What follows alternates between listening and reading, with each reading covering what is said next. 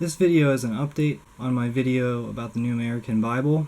So a lot of people posted comments, and I really appreciate that. It was interesting to see everyone's perspective.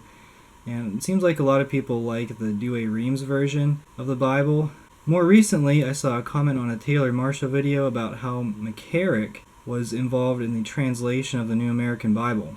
I thought, what? Like, that's really weird. And it seems like this guy has his fingerprints on everything, so I looked it up.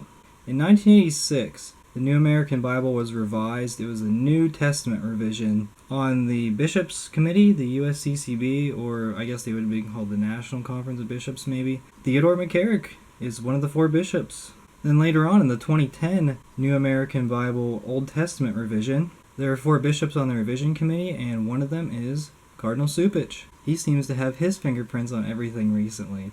Also, I'd like to point out a name. In 1991, there was a revision on the Psalms of the New American Bible. They tried to make them gender neutral, and it completely changes several of the sentences of the Psalms. Now, one of the bishops on this committee was Bishop Donald Troutman. He is the former bishop of the Diocese of Erie, Pennsylvania.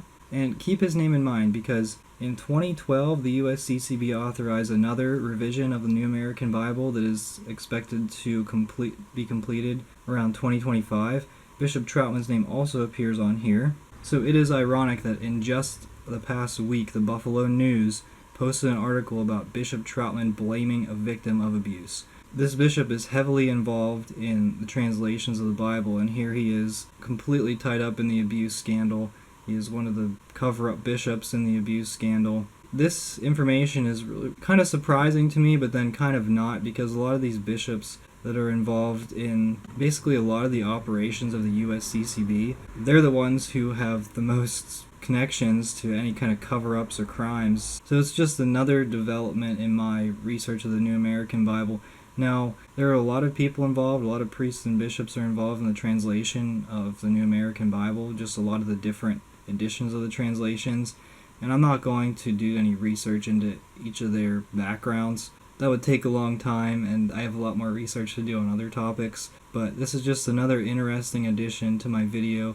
It is extremely discouraging to see this. A lot of people have criticized the translation of the New American Bible, and as you can see, the people on these committees are not necessarily the best people to be doing the translations. So yeah, check out the articles below and read this information for yourself.